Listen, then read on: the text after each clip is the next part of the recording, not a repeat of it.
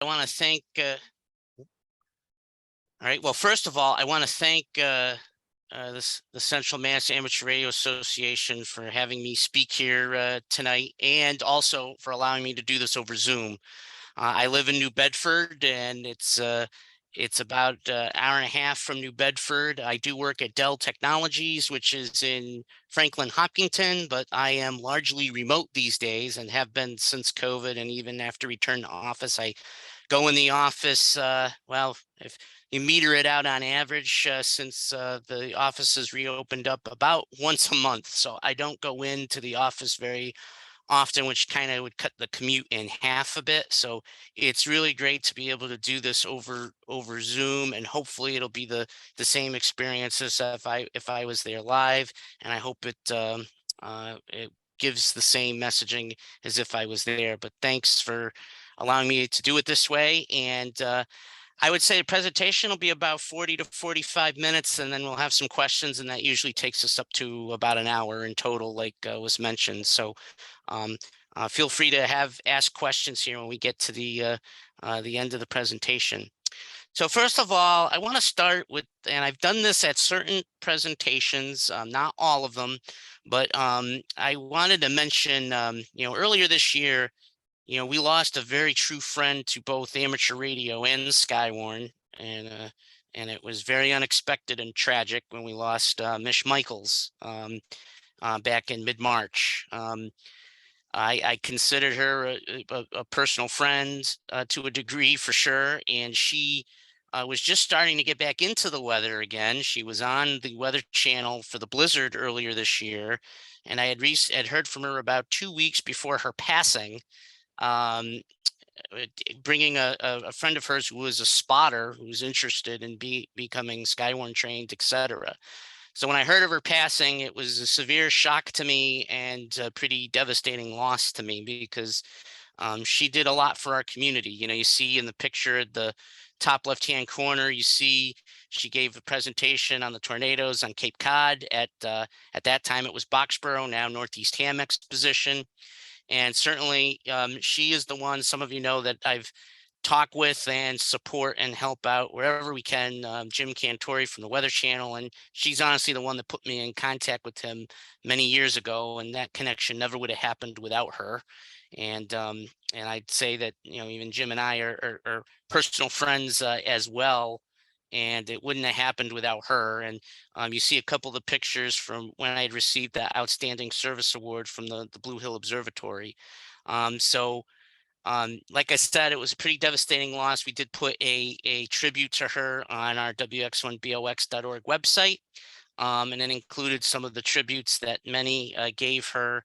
And I still at times think about her and the loss to our community. And to that end, and I rarely, if ever, have asked for something like this, but in this case, I definitely did make an exception. And I know from pushing it out over email, the Blue Hill Observatory contacted me and said there was a huge response from our community to help support what they're trying to do at the Blue Hill Observatory, which is create a Mish Michaels exhibit hall for scientific discovery. And the details are in that link as well. If you even just go on wx1box.org and you search Mish Michaels, these links will come up for you. And if folks haven't donated or are interested in donating again or would like to donate, it would be a big help to the Blue Hill Observatory as they try to get this exhibit hall. They've been doing a big renovation of Blue Hill. They're looking to add this as part of it, and they're looking to have this the facility reopened or roughly in the March-April 2023 timeframe. And I was contacted, and I've actually been in touch here and there with Harvey Leonard, whom folks may know is retired from being the chief meteorologist at WCVB, but he's still kind of chief emeritus there. And you may see him if you see him on Channel 5 as we get into this winter, then it's a pretty big snowstorm that's coming, or blizzard, and you may see him on during those times. So just want to bring this forward. It's a tribute that I've done here and there. Like I said, not every presentation, but it's definitely some of the club presentations I've done. I've mentioned this and added on this donation drive that started here over the summer. Anyways, so let me talk a little bit about SKYWARN, which is the National Weather Service's volunteer weather spotting program, where timely severe weather reporting into the Weather Service helps with the protection of life and property. And it is an ARES function at the Weather Service, Boston Norton. And the training, it's about 2.5 hours now. It's been trimmed down a bit. I would say it runs anywhere between 2 to 2.5 hours, and it's available in the spring through fall of each year. Now, since COVID, when we had COVID, before things loosened up here as we got into the early part of 2022, we had switched everything to virtual sessions. So we can now give the training over Zoom or insert your best remote platform here, give the class. We have done a few live classes, very, very small numbers. I did one for Northeast Ham Exposition this year. I also did one last year, but I kind of did it hybrid. I did it remotely due to some concerns for COVID for some family members and friends at that time. So I kind of did that as almost like a hybrid, like we're doing tonight. Regardless of whether it's a live or virtual class, the path that we've been having folks do, just to help with paperwork and just anything that could happen with COVID with paperwork and this and that, was to basically point folks to a 20-question online quiz, and when you pass it, you get your spotter ID. This way we can kind of have the class open to everybody, and if they want to become a spotter, they take the quiz, and if they just take in the information and don't take their spotter ID, to the quiz to get their spotter ID, that's okay. Remember that SKYWARN, while we want everybody to be an amateur radio operator to support SKYWARN, you don't have to be. So if you know folks that are weather enthusiasts that want to get involved with SKYWARN, pass the information to them. And remember, sometimes that's what gives them the hook to become an amateur radio operator. And spotters have varying levels of activity. Some will monitor and check out and find potential damage areas. Some will just report the activity as they're going to home, from work, etc. The bottom line is we're just hoping that if folks see criteria that meets the Weather Service reporting criteria, that you give it to us. And if you don't get time to do training, if you go to wx1box.org, you'll see the reporting criteria. And when we run nets, if you're not sure about the reporting criteria, just ask, and the net control will give you the key things that we'll be looking for a given event. This is the amateur radio station at the Weather Service, Boston Norton. It has been silent since COVID. We are hoping to get restarted with some level of operations again as we get into later this year, and particularly next year. I mean, during winter storms, we can do a lot of it remotely, unless we think there's, like, the ice storm of 2008. Maybe the blizzard earlier this year is probably a good example. If it's a very large storm, we may be in at the office if there's a threat to infrastructure. I can see us being in there, but generally winter storms, we do a lot of it remotely. We do the subnet controls. We centralize and send in the data remotely through a web-based form, as well as the Weather Service chat program, which is just for our coordinators to take in the information from the spotters in the field. So there will be that. And then as we get in the convective season, I think you'll see a bit more of a presence again in the office for some of the more widespread severe weather events. Now that's provided some challenges, because from my house in New Bedford, I can sometimes get into the Paxton repeater and sometimes I can't. And so we've had some other of our SKYWARN coordinators and net controls who have helped to try to run some of the nets on Paxton, and that's where we're going to appeal for a little bit of help here as well. So you could certainly help by taking a SKYWARN training class. As I said, we've been doing a lot of them virtually. We've had a few live classes for 2023.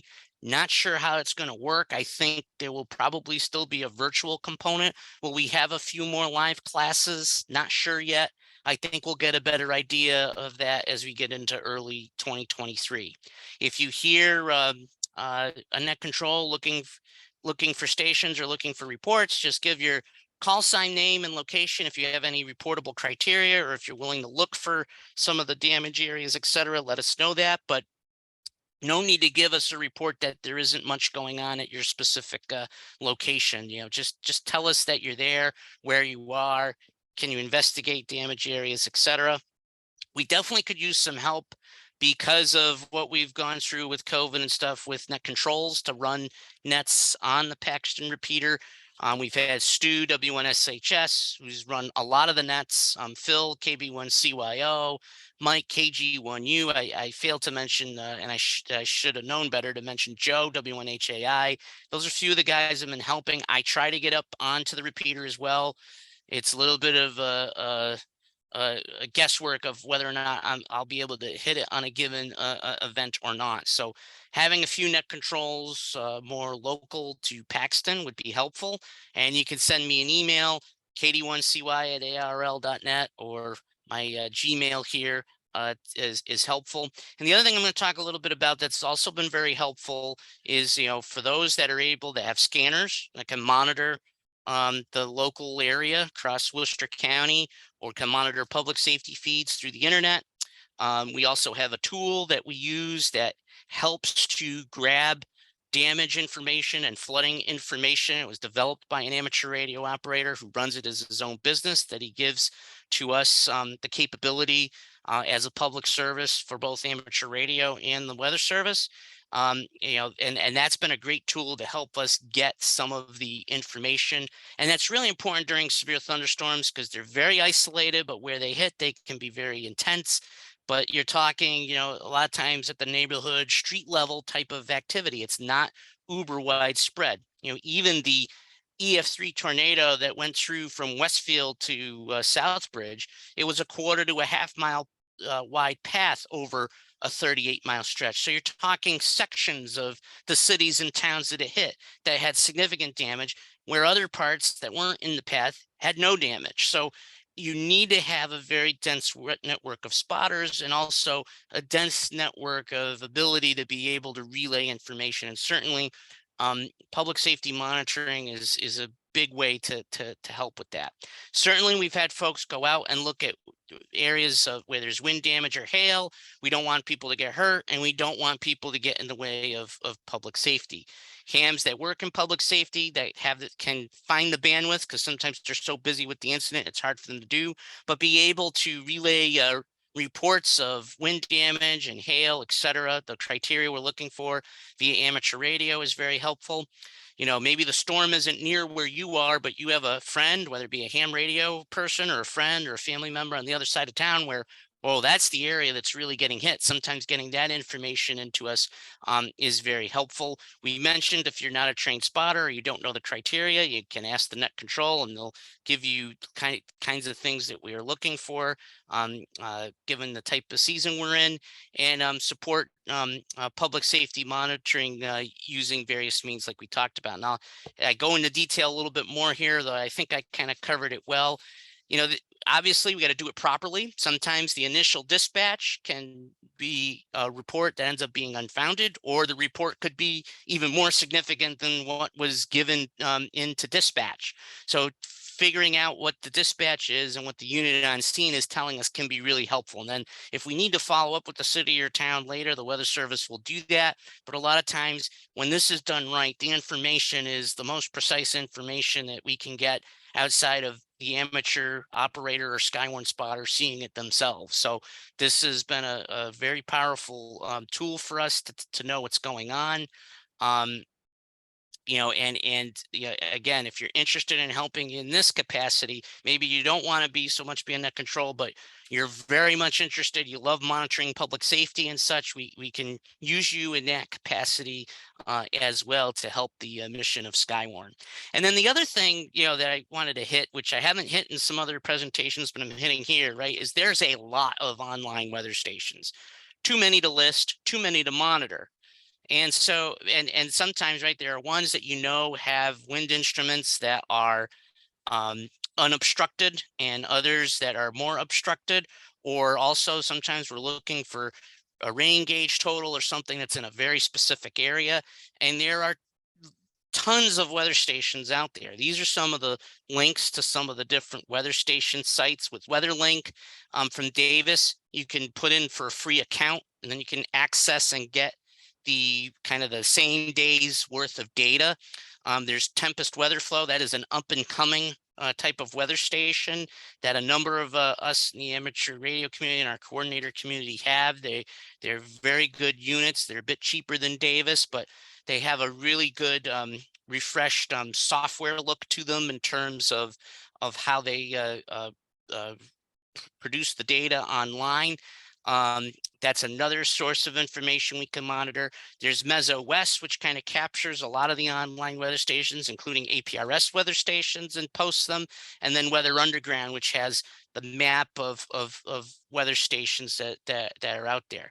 So maybe you don't have a weather station, but you could go online and you can find a weather station that's in your community or within a few of the communities that maybe you kind of look at and monitor, and relay some of that information to us and telling us where it's from. That can also be helpful. We try to do some of this in our coordinator group, but like I said, too many weather stations to do it with all of them effectively. So having that information, having you guys help us relay that information can be very helpful during all types of weather events, and in particular severe weather events. We are also on social media, Facebook, Twitter. We have to start looking into a little bit some of the other forms of social media like Instagram and TikTok, with the reservations about how some of those platforms operate. But there's a lot of data there that can be collected that is helpful. It's also a great way for us to interact with the non-amateur radio SKYWARN spotters in our community. We have over 5,000 followers on the Facebook page, and I'm closing in on 4,900 likes of the page, and over 17,000 followers on our Twitter feed. And we've been partnering with some of the other Facebook groups. There's also been the formation of the Rhode Island SKYWARN Facebook page, the Western Mass Severe Weather page that's established by some of our coordinators. And this is just another way to gather information. Also, if you're at work, you can't get to your radio, but you have a Facebook account or a Twitter account, you can interface with us that way to get us the report and potentially with pictures, etc. That's another powerful way to get involved, and also a way to raise awareness of what amateur radio operators do during severe weather and attract new spotters, maybe get more folks into amateur radio. And Greg Fugate has mentioned how amateur radio, we are the inventors of social media. I think our future in emergency communications and public service is in a lot of this work that we do in SKYWARN. And then when the situation is really significant that communications go down, we kind of already in place doing the work. And then that makes that just part of what we're doing. And those modes of modern social media and other modes may be down, but we're doing our amateur radio work, whether it's be through repeaters or simplex or HF, to help get the job done. It's many years ago now, but I still remember the 2008 ice storm. And I recall with the Worcester Emergency Communications team, about 3 weeks before that ice storm hit, we practiced doing communications and found we had a simplex path between the City of Worcester EOC and our office. And little did we know, about 3 weeks later, the Paxton repeater was down briefly. The Worcester repeater was down. The Paxton repeater did come back up, but this was around 3 a.m. when the ice storm and the freezing rain was coming down at its hardest. And because we had communications with the Worcester EOC, they were running a net on the output of the Paxton repeater, getting all of the reports to us over simplex. Meantime, we had other modes with Echolink and IRLP, et cetera, that we were still getting reports in where internet was still available, but we were able to get reports via simplex, so it can come down to that in certain situations. It may be fairly rare, but it can happen. And we've been able to kind of effectively do that over the years. So I'm going to highlight some of the bigger events over the last couple of years. This was actually, I would say, the 2022 severe weather season was the lightest we've had in close to 20 years. I think you'd have to go back to 2003 to find a year that was as light as it was as this year. And part of that was because we had a drought. Though I can tell you we had a big drought in 2016 and we had more severe weather that year than this year, but definitely the drought definitely affected the severe weather numbers for this year. Last year we had 11 tornadoes, which tied the high we had in 2018. This year, we've had 0 tornadoes, and it's been quite a while, I think, since we've had 0 tornadoes in our coverage area, believe it or not. So it was a really quiet year for severe weather, though we did have a couple of events, one event in particular that I'll talk about today. But last year we had Tropical Storm Andre. We had close to 80,000 without power in Rhode Island, with more isolated outages in Southeast Mass. I mean, I live in New Bedford, and we did have downed trees within a half mile to a mile of my house that I grabbed pictures of, including a tree down on a house, maybe about a half mile from where I live. So there were definitely some strong winds in Southeast Mass. Wind gusts to around 70 miles per hour and sustained tropical storm force winds occurred. Of course, if you remember about last year, right, it was a really wet year. So we had a lot of issues with flooding, with prior rain events. You add Henri onto it. Portions of Connecticut had a serious flash flood event. And then the remnants of Henri caused 3 quite weak, but nonetheless definite EF0 tornadoes in Marlborough, Stowe, and Bolton. To give you an idea, in Marlborough, there was video of the tornado on the ground. It was very weak.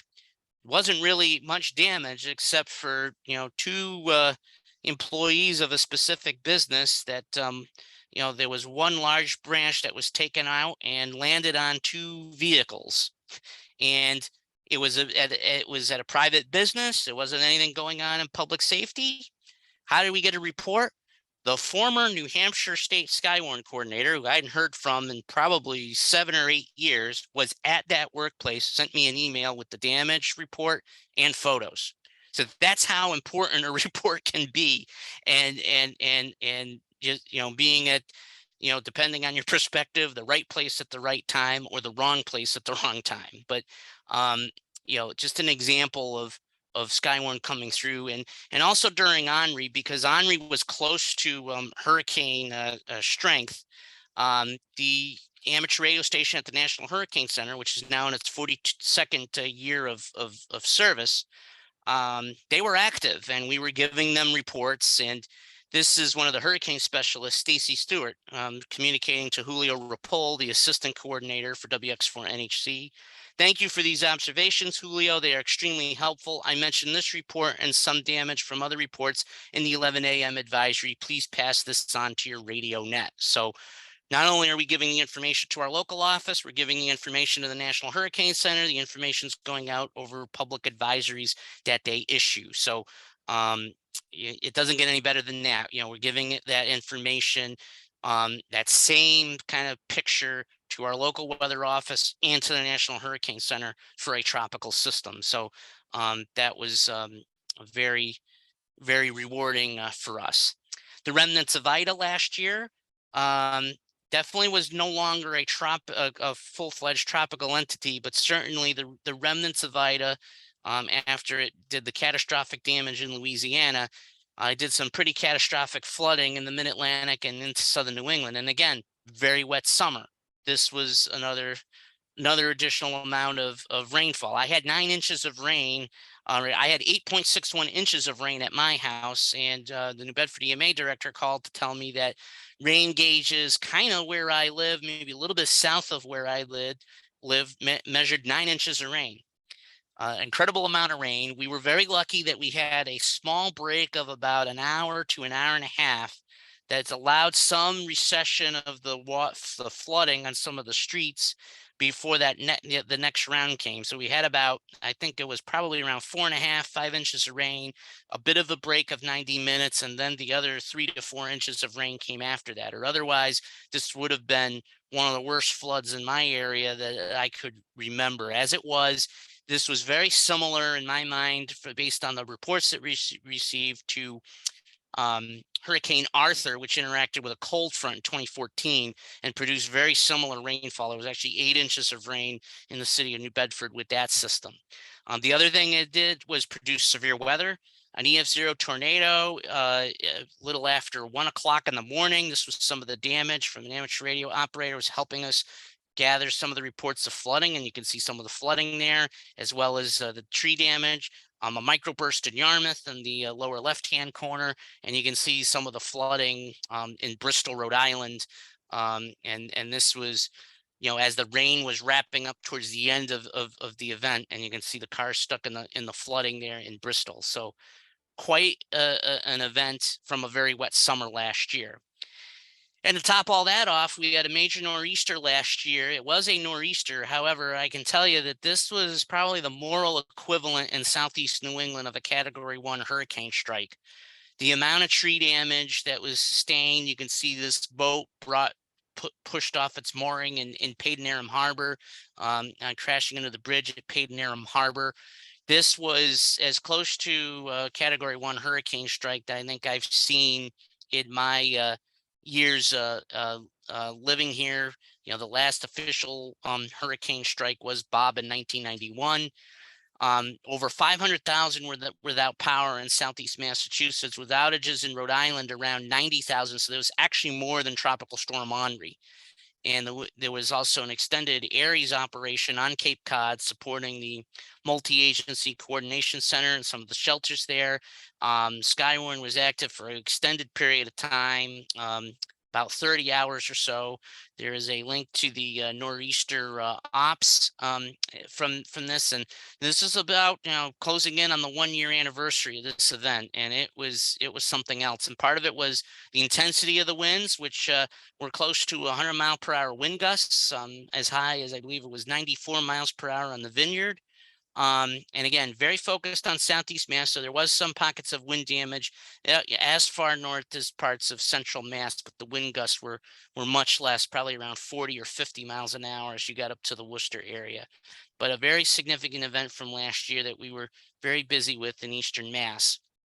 Another example, you'd never say we're out of severe weather season, maybe until you get out of November. So we had 3 tornadoes in November. Fairly unique setup, but not unprecedented. This was the first reports of tornadoes on record since 1950 in Connecticut and Rhode Island. But Massachusetts, which is a bit of a bigger state, did have some recorded tornadoes in November since 1950. So it was definitely new for Connecticut and Rhode Island, but not totally unprecedented in southern New England. You can see some of the damage here. Some here in westerly Rhode Island on the left-hand side, and North Kingstown, Rhode Island on the right-hand side. So the Weather Service went out and surveyed. We had damage reports under each of the tornado paths. So it made it very easy for the Weather Service to kind of go in and assess these areas and determine that these were tornadoes. We were active on the NV1RI repeater system and on the Echolink IRLP New England reflector, and also on the Killingly and Vernon, Connecticut repeaters for this severe weather event.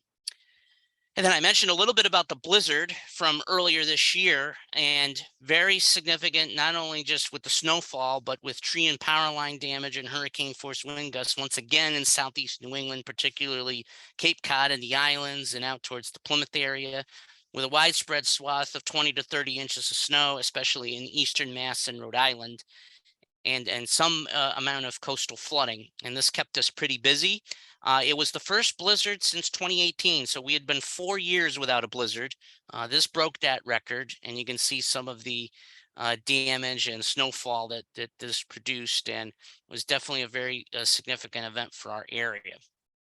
Now I want to talk a little bit about, again, down towards Cape Cod. It's been interesting because we've had some tornadoes here in recent years down on the Cape. This was in 2020. This did not produce a tornado, but definitely had a funnel cloud here in Martha's Vineyard. It was very similar to an event that occurred the year prior in July. We did get some good publicity from Fox 25, where we were able to talk about what SKYWARN spotters and amateur radio operators were doing during this event. There were some strong wind gusts and some isolated straight line wind damage, but not no tornado touchdown in this incident. And then I deliberately left this screenshot up here with the message of snow reported in Pittsfield. So while we were getting tornado warnings on Cape Cod, we were having snow in Pittsfield. So this gives you the idea of some of the extremes in weather that we can have, especially in New England. And then talking about the Cape Cod tornadoes from 2019, there was not only the tornadoes that occurred, which there were 3 in total, Yarmouth, West Yarmouth, and Harwich, but very significant straight line winds gusting over 90 miles an hour. So there was a lot of damage in these areas from both tornadoes and straight line winds. Amateur radio SKYWARN net on the Barnstable repeater was extremely active, and within about 2 to 3 hours of the tornadoes and wind damage hitting, we had numerous amateurs with pictures of the storm damage from all over the Cape that we were able to give to the weather service in near real time and post out on social media. Aries was active with the county, Barnstable County, MAC, and EOC for over 48 hours, with 6 amateurs supporting Aries, in addition to all the SKYWARN support received. The meso low tracked across Cape Cod and the Vineyard on that Tuesday morning, the 23rd of July, from 11 a.m. to 1 p.m., along with the significant straight line wind damage. So these are some of the damage photos from that day. And then I mentioned, a fairly quiet year of severe weather, but one day, and of course it had to be the first day of Northeast Ham Exposition. We did the spotter class, and then it was kind of say, okay, class, go outside and observe the high winds in Marlborough that blew down some tents and even caused some tree damage at the entrance of the hotel of the Northeast Ham Exposition. So kind of a live example. And these were some of the damage reports that were coming in just as we were wrapping up the class out in the Worcester area and the Leicester area. So you can see the storm photos at the top left-hand corner from Leicester. And then Bill Collins, KB1MSJ, with the tree damage there on the house in Worcester, and some of the other reports from spotters on Twitter that sent us photos of storm damage in Worcester in the bottom screens here. So you can see, even though this year was a lighter year of severe weather, we still had some of significance here in Worcester County, in the Worcester area. And so I made sure we included this to show how some stuff happened here locally, again, in a fairly quiet year for severe weather for 2022. So that's the deck, and I want to thank everyone for their commitment to SKYWARN, Aries, and public service. I know that, right, technology is moving very fast, and all the cell phone technology, the social media, etc. Does amateur radio still play a role? It absolutely does, because I think not only can we use our radios, where a lot of times if we could lose some of the other services we have on cell phones, etc., but we also know how to manage the other technology, the cell phones, the social media that we can access, the weather stations, etc. We know how to manage a lot of this information and be able to vet it and make sure it's accurate because of our backgrounds as amateur radio operators. So I think we provide a unique skill set, and we have our amateur radio capabilities that we bring, but just our capabilities, our technical backgrounds of various degrees, our ability to understand the different technologies and where they can be useful, and also utilize amateur radio along with those in tandem when they're available, is great. And then, of course, when we lose those other capabilities, many other folks that aren't amateur radio operators are silenced or can't get that data out until that service returns. Our services, because we have other various ways to communicate via, whether it's VHF repeaters, or if they go down VHF simplex, or if that's not going to be in range, HF capabilities, we have a lot to bring to the table that many others don't have access to, not being amateur radio operators. So, we can use the modern technologies that are there, embedded with our amateur radio technology. And then when we lose those other technologies because of the infrastructure that they rely on, we have all the capabilities of amateur radio, and the fact that it's much lower infrastructure that can help us get the word out, maintain communications, and everything else. So I think this is we still have a vital role to play. It may be different than what it was 10 or 20 or 30 years ago, but it's still there, and there's still the things that can happen that happened more often 10, 20, 30 years ago in terms of communications failures. So with that, I will stop the screen share, and I will see if folks have any questions.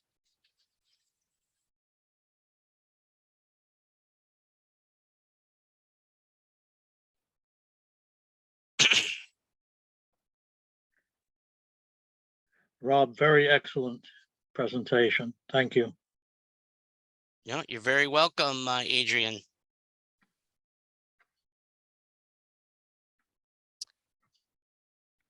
And I see the meeting room, I think his user is still on mute, so I don't know if anybody there in the meeting room has any questions. All right, Rob, can you hear me now? I do.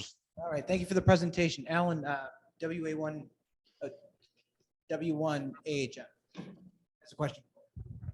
Same thing as at Ham Expo. Can you, if you bring back the screen sharing, can you bring up the convective forecast window and show people that product that they can use during the summer? So you're talking about the convective outlook, Alan? Yes, that's it. Okay. Outlook, sorry, not forecast. Yeah, I will. Yeah, no problem. I will, let me share my full screen here. Yeah. So yeah, and I was actually looking at this for some other meeting items here. So these, and this is historical, so I'll go back to the latest. So these are some of the convective outlooks, and if you remember, I referenced some of these for those that are on our SKYWARN announcement email list. And if you want to be on our SKYWARN announcement email list, my call sign at arl.net or the Gmail address that I had up works to get you on there. These are some of the convective outlooks that we referenced from the Storm Prediction Center during the potential chance for severe weather. If they put us in a marginal risk or slight risk, etc., and there's higher categories from there, more often than not, you see us in marginal or slight. We reference that in our messages, and it gives you an idea of the potential severe weather threat for that day. On that August 26th event, we were in slight risk for severe weather that day. Can you maximize one of the ones that has any kind of, a decent amount of risk? Yeah, I mean, we're in kind of the off season here a bit, although there will be, I think, some more activity as we get into next week. But this, for example, is showing general risk out of the portion of the western states and here in the East Coast of the United States. This light green is what we call general risk, which means unlikely to have any severe threat, but there is a chance for at least some thunderstorms. And I can show the 4 to 8 day outlook, and this shows that 15% area there that you saw at day 4. That shows you where they might have a risk area as they get in closer via the outlook days. And when they say predictability too low, that means there could be some severe activity. However, they're unable to give a high enough percentage, which they can either give a 15 or 30% risk this far out to know if there's going to be severe weather. And we have sometimes been in this outlook, fairly rarely, but it has happened. And a lot of times when we are in this outlook this far out in advance, those events have a tendency to be some of our higher risk categories as we get into the day 3 and shorter outlooks. But this is the Storm Prediction Center and some of the outlooks that are provided and that we often reference in our severe weather messages. Yeah, so it's was it the severe thunderstorm, hail, high wind, and tornado are the 4 tabs, right? That's correct. And I think they'll still come up here. You won't see anything less than 2%, less than 5%, and less than 5% here. But yes, tornado, wind, and hail for day 1, they are broken down into those categories, and also for day 2. And then once you get out to day 3, it's just a general probabilistic outlook for any type of severe weather. But they do provide the breakdown of those for the day 1 and day 2 outlooks. Yeah, I found that very helpful in the summer when I'm wondering about whether a tornado is going to pass through, or at least a horrible thunderstorm line. Thanks, Rob. Yep. And keep in mind, most of our events are in those marginal and slight risk categories. We have, I'm doing a study actually, and I'll actually pop it up here because it's for some of the thinking around when we do ops at the weather office. And you'll see here that anything above slight risk is pretty rare. And the enhanced risk category, although I put a couple in that bucket here in prior years. That risk category actually wasn't official until 2014, but I did put a couple of them in here to reflect the new criteria that's been in effect since 2014. This is the total number of all of the risk categories, and this is the breakdown by categories. And you can see more often than not, we're in marginal or slight. There's occasionally a couple of advanced. I know there will be a moderate or two that pops out here as we get into 2018, but many of our severe weather risk scenarios are in marginal or slight risk. So that's why you keep that in mind when you look at our severe weather events. And again, they're very isolated, but they can be very significant where they occur. And the categories depict the amount of coverage in our area. So that's how they work, and that's as good as the science is for right now, but that could improve over time. Tom Govan, NE1NH. I asked a question over in Marlboro, and I think I'm going to repeat it here because I thought your answer was very helpful. A lot of us will listen to SKYWARN nets when they're up, especially when the weather's getting dicey, and I always hear people doing reports that aren't necessarily helpful, to be polite. I've got puffy clouds and light snow. Without going into great detail, can you give us a general sense of the reporting criteria? When do you want us to pitch in reports, those of us who aren't trained, versus when should we just be polite and listen? Right. No, and I think, and I can do one better here in that, I can just go right to it here. And here's the reporting criteria. So you go to wx1box.org, you go here and you can click the SKYWARN reporting criteria. And keep in mind that we're entering the winter season. So, start thinking about winter weather, and all you need to measure snow is a ruler and a flat surface. Yes, there's grass. If you even put a piece of wood or some sort of board on it, so it's nice and flat, but a solid kind of hard surface underneath, and put it on the grass, because the concrete can melt some of the snow as it hits the ground. You can measure snow, and it's pretty easy to do. You want to, try to find the undrifted areas, et cetera. And I mention this because we're going to be entering that season, and we do try to, with snow, it's easier to kind of say, hey, we're going to run nets and we're going to start them at X time, an hour or two after the snow starts. So we get some level of accumulation, or maybe several hours, depending on how quickly the snow becomes heavy enough for measurements, et cetera. And then we try to have them on a periodic basis so people can kind of get into the net, give their report, know the net's coming in an hour or 2 hours.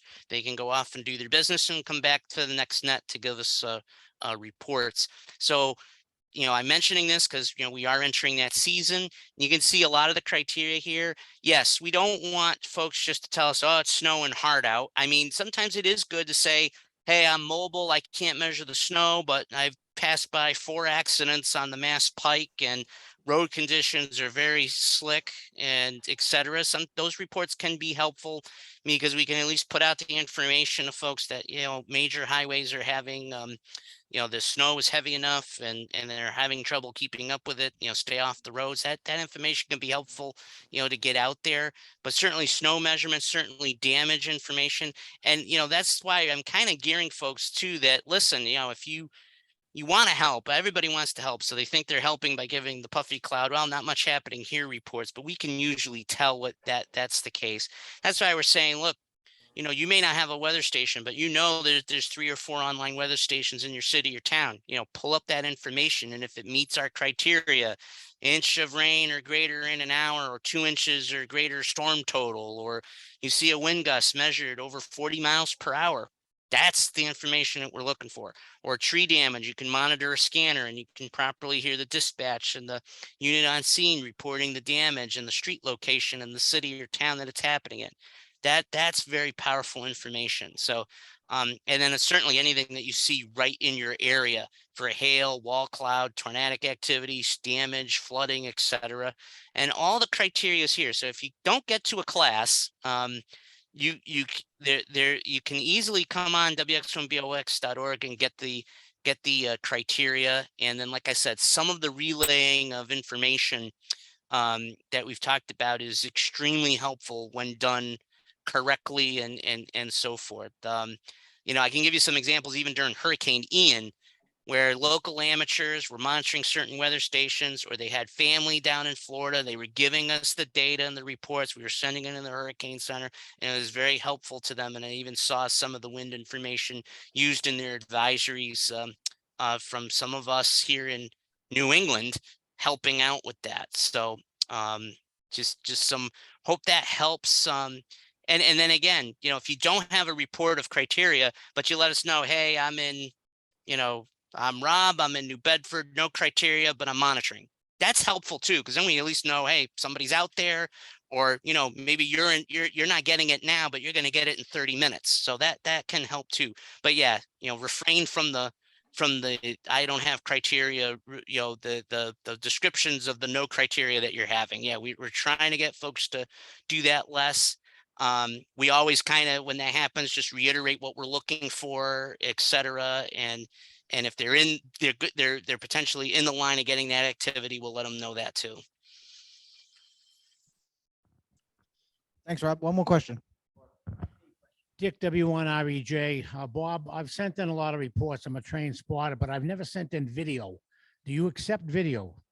Yes, we do. On our social media for WX1BOX, or we do have an email address that we use for pics or videos. We call it pics@nsradio.org, but we can certainly take videos if they aren't too large. Sometimes one thing with videos is they can be very large, but even if you send us a Google Drive link, a Dropbox link, or post it on social media and send it to us there, those are some of the best ways to give us videos. Thanks, Bob. For those of you who don't know, Dick over here, W1REJ, also sends some information every once in a while to WBZ. I see your picture pop up every now and then. I don't see it up there, Richard Jubinville. Like, I don't know who that is. Okay. Oh, all right. Any more questions for Rob? Oh, Connor has one. Connor, KC1 MMT. And is there an age requirement to become a spotter? So if you're not in amateur radio or Boy Scouts, Girl Scouts, etc., it's 16 years or older, but you are an amateur radio operator. So if you go through the class and pass the quiz, you will become a spotter because you are an amateur radio operator. Okay, thank you. All right. Any other questions? Any questions from anyone on Zoom? Okay. All right. Rob, thank you very much for the presentation. We appreciate it. Everyone give a round of applause to Rob. Well, guys, Dan, I want to Dan, did you have a question? No. Oh, you just raised. Holding the mic. Oh, okay. All right.